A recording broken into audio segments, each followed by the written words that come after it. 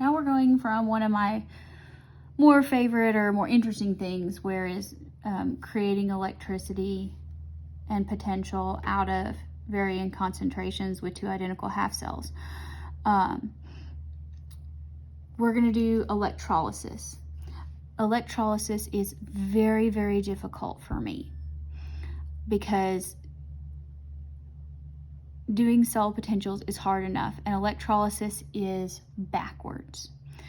All right, so the first thing we need to, let's just kind of review here, is normally, do you see these anions here? They love a lot of these things here, these halogens, these anions, they love to pick up electrons and get reduced. So, and then these metals here, they love to lose electrons and be oxidized. Electrolysis means we're going to run the cells the other way. We're going to apply current and force electrons to be removed from the anions and force these normal cations to take electrons. So that's what's happening in electrolysis. It's the opposite. All right, so let's first take what's going to happen here. So you have to remember, this is where you use NiO, PIR. So negative is oxidation. So generally you can remember anions get oxidized, cations get reduced. So it's backwards of what normally happens. But if you're given a salt here, and this is aqueous in water, so that makes it even more ridiculous and complicated. It's easier when you have just a molten solid. But so we got to deal with water. So take this salt solution here. The negative ion, this is going to be iodine, that is what is going to get oxidized. So that's going to be your anion. So you find it on this cell here, and that's going to be this. So we're going to have 2I minus is going to give us I2 and 2 electrons, and that is going to be 0.54 volts, okay? So right now we're just identifying what's happening. Now we also have to take into account the oxidation of water, which, again, if you need it, we'll give you this equation. Oxidation of water is going to be broken apart. Where is it? It's the one with H plus. It may not even be on here. I don't remember. There it is. Yeah, so here, no, that's hydrogen peroxide. Oxidation of water. No, that's reduction of water.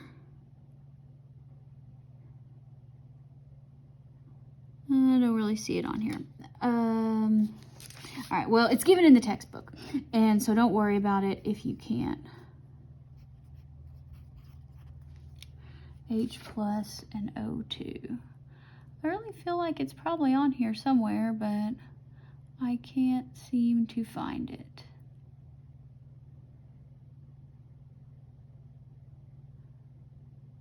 So,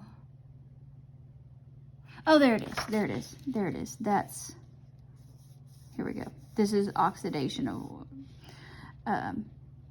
where you take liquid water and going that way. So this is the part of it there, but that's at a different potential, so it's kind of weird. So it would just kind of take my word for it.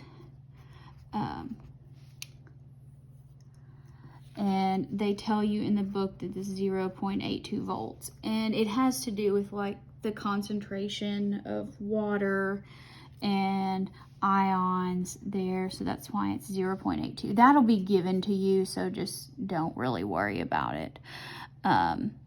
versus, but it would still work up here. In this situation, it's not going to make much difference. Okay, so reduction, that's what's going to happen to the cathode. This, for people that are wanting to go into chemical engineering, this is how you extract metals from ore. So you have to use electrolysis because you're taking this lead salt and you want to get solid lead. Okay, so that's going to be normally, okay, so we want to take lead 2, and we want to put electrons on it and make it solid. All right, so when we do that, this is negative 0.13. So just write this down. You can remember that the positive is reduction, so the more positive ion here, or you can remember that cations get reduced in electrolysis. Now, because this is an aqueous, we also have to take into account the reduction of water, which is 2H2O plus 2 electrons, gives you H2 and 2 OH minus. And that is going to be negative 0.41 volts. Again, these values will be given. They're different than what's on the table.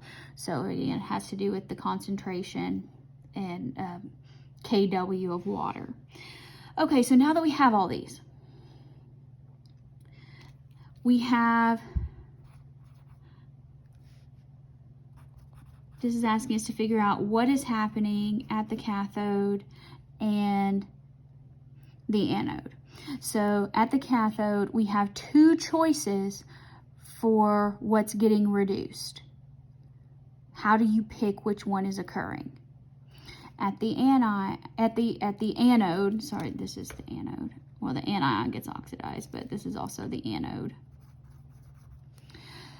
We have 2 choices for what gets oxidized. So in an aqueous solution, it could be either one of these. It may or may not be the one we want. Okay, so let's follow this, and since I've got the anode, and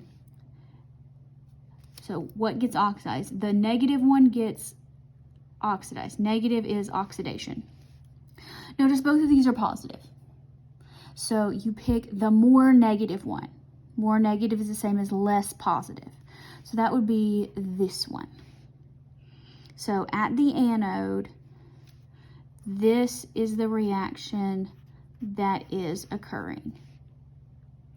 The cathode, reduction. Positive is reduction. So both of these are negative. So you pick the more positive one. More positive is the same as less negative. So that's going to be this one. So at the cathode, this is what is occurring. So this is the answer to the question. So if you don't like electrolysis, join the club. I don't really want it either.